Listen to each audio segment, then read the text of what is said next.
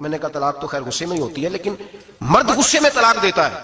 غصے میں ہی دیتا ہے، لیکن ایک سوال میرے ذہن میں ہے، مرد کو غصہ کون دلاتا ہے؟ ایسے تو نہیں تھا نا کہ ریڑی والے سے ٹکر ہوگی تو گھر آ کے بیوی کو طلاق دے دی، یہ تھوڑی ہوتا ہے کہ باہر اس کی جو ہے وہ موٹر سائیکل کسی کے ساتھ ٹکرا گئی تو اس نے کہا مجھے غصہ چڑھ گیا تو میں گھر آ کے غصے، طلاق غصے میں ہوتی ہے، پر غصہ کون دلاتا ہے؟ وہ بات ایسی کرتی ہے، اتنی سخت بات کرتی ہے۔ ایک ہمارے بزرگ ہے شاہ صاحب، تو میرے پاس اپنے ایک عقیدت مند کا کیس لے کر کے آ گئے، مجھے آ کہنے لگے ان کی بات سنیں۔ میں نے کہا یار تھے 6 بچے، اور آپ یقین کریں میری آنکھوں میں آنسو ان بچوں کو دیکھ، اتنے خوبصورت بچے۔ تو میں نے کہا کہ کیوں تو نے طلاق دی؟ کہنے لگا اس نے کوئی 1 دفعہ نہیں 100 دفعہ مانگی ہے، اور کل تو اس نے جملہ اس طرح کا، جب طلاق ہوئی تو اس دن اس نے جملہ اتنا سے، اس نے مجھے کہا اگر باپ کا ہے تو دے طلاق۔ اب لوگ بھی 100 کھڑے تھے تو میری غیرت کا مسئلہ بن گیا، تو اشتعال کون دلاتا ہے؟ اب سنیں ترمذی کی حدیث، میرے نبی کریم سید عالم صلی اللہ علیہ وسلم نے فرمایا 500 سال لگیں گے جنت میں جانے میں۔ اتنی دور بندہ ہوگا کہ 500 سال کا سفر ہے، اتنی پہلے جنت کی خوشبو آنے لگ جائے گی۔ ترمذی میں میرے نبی پاک نے فرمایا جس بی بی نے زندگی میں ایک مرتبہ بھی اپنے خاوند سے بغیر شرعی وجہ کے بد مذہب ہو گیا، بد عقیدہ ہو گیا، اس کے مزاج میں کردار میں گندگی آ گئی، بغیر وجہ شرعی کے اگر کسی عورت نے زندگی میں ایک مرتبہ بھی اپنے خاوند سے طلاق کا مطالبہ کیا تو اللہ اس بی بی کو جنت کی خوشبو بھی نہیں دے گا، ایک مرتبہ بھی۔ اور جو روز کہے دن میں 6 مرتبہ کارفارت 6 معنی دار، یہ حدیث رٹائیں عورتوں کو، انہیں سمجھائیں کہ گھر ٹوٹ جائے گا جس دن اس نے دے دی۔ اور یاد رکھیں شیر آ گیا، کسی نہ کسی دن شیر آ بھی جاتا ہے، یہ نہ سمجھے کہ روز حوصلہ کرتا ہے تو خدا جانے کیا بنے گا، کسی نہ کسی دن شیر بس الشیطان جاسم علی قلب ابن آدم، شیطان چمٹ گھر ٹوٹتا ہے، اس لیے کہ نہ مرد حوصلہ کرتا ہے نہ عورت حوصلہ کرتی، تھوڑا سا حوصلہ پیدا کریں۔ اور ہاں بیوی اگر کبھی کسی ایسی بات پر بات کرے یا اس کا مزاج ایسا ہو، تلخ ہو، صبر کریں، حوصلہ کریں۔ میرے نبی پاک علیہ السلام نے فرمایا بغض نہ رکھے، حوصلہ کریں، مرد کو حکم ہے حوصلہ کریں، دلیری پیدا کریں۔ ہاں اس کی ایسی بدتمیزی، ایسی گستاخی جو حقوق و فرائض کے معاملے ہو، ماں باپ کے حق میں ہو، کوئی ایسے مسائل ہو مقدس لوگوں کے حق میں ہو، تو پھر اس کو، وہ تو ایک صحابی کی بیوی نے حضور علیہ السلام کے بارے میں نازیبا کلمات کہے تھے تو انہیں قتل ہی کر دیا، تو قتل ہی کر دیا، وہ معاملہ اور ہے۔ لیکن اگر اس کے مزاج میں تیزی ہے، اس کی طبیعت اس طرح کی ہے تو پھر مرد برداشت کرے۔ امیر المومنین سیدنا فاروق اعظم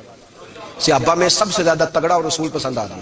غصے کے لحاظ سے سب سے تگڑے ہیں، جلدی غصہ آتا ہے۔ ایک شخص کہتا ہے میری بھارے تگڑے قبیلے میں شادی ہو گئی، بیوی میری بڑی سخت تھی، اس کے لب و لہجے میں بڑی سختی تھی، وہ قبیلہ بڑا مالدار تھا تو میں بات نہیں کرتا تھا۔ ایک دن میری بیوی نے بڑے سخت جملے کہے تو میں جناب عمر کے پاس آ گیا۔ توجہ ہے آپ دوستوں کی؟ کہتے ہیں حضرت عمر کے پاس آیا تو میں نے دروازے پہ دستک دی، بیوی کی شکایت کرنے آیا کہ ذرا مہربانی کریں، تو کہتے ہیں جناب عمر اندر سے اٹھے تو ان کی زوجہ بولنے لگی، کہنے لگی بس آ گیا آپ کو کوئی بلانے والا؟ ابھی 5 منٹ نہیں ہوئے تھے آپ کو آئے، سارا دن آپ مسجد میں رہتے ہیں، ساری رات آپ چہرے پہ نقاب ڈال کے گلیوں میں گھومتے ہیں، اتنی ڈیوٹی آپ کرتے ہیں، گھر یہ میرا اکیلی کا ہے، بچے میری تنہا کے، آپ کو کچھ خیال ہونا چاہیے، کچھ توجہ کریں۔ وہ شخص کہتے ہیں وہ بی بی بولتی رہی اور جناب عمر ہنستے رہے، اور ان کی مسکراہٹ بھی میں سن رہا تھا۔ جب آپ بہت زیادہ مسکرائے نا تو وہ بھی مسکرانے لگی، زوجہ بھی مسکرانے لگی اور کہنے لگی اب کیا کہتے ہو؟ تو جناب عمر کہنے لگے کیا یہ رہا ہوں کہ اگر تیری بات ختم ہو گئی ہے تو میں جاؤں،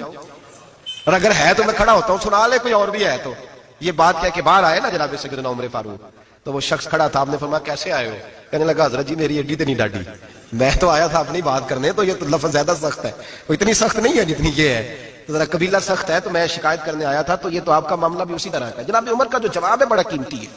آپ نے فرمایا میری بیوی میری ہر طرح کی خدمت کرتی ہے، لفظوں کا وصل دیکھیں، ایسے نہیں کہ بیوی کوئی کام بھی نہ کرے اور مفت کی چڑھائی کرے، وہ بھی درست نہیں ہے۔ فرمایا میری بیوی میری ہر طرح کی خدمت کرتی ہے، میں گھر نہیں ہوتا تو میرے بستر کو پاک رکھتی ہے، کسی کی ضرورت نہیں میرے بستر کو دیکھ بھی جائے، میرے بچوں کو جب میں بستر پہ بلاتا ہوں آتی ہے، میرے بچوں کا خیال رکھتی ہے، میں باہر ہی رہتا ہوں گھر کے، لیکن گھر کی ذمہ داریاں ساری اس نے اپنے کندھوں پہ لے لی ہیں۔ فرمایا میرے مزاج میں جلال ہے، میں روز اونچا بولتا ہوں تو سنتی ہے، میری بیوی ہے نا، میں اس کا لباس وہ میرا لباس ہے، کبھی کبھی وہ اونچا بولتی ہے تو میں بھی سن لیتا ہوں، بیوی جو میری ہے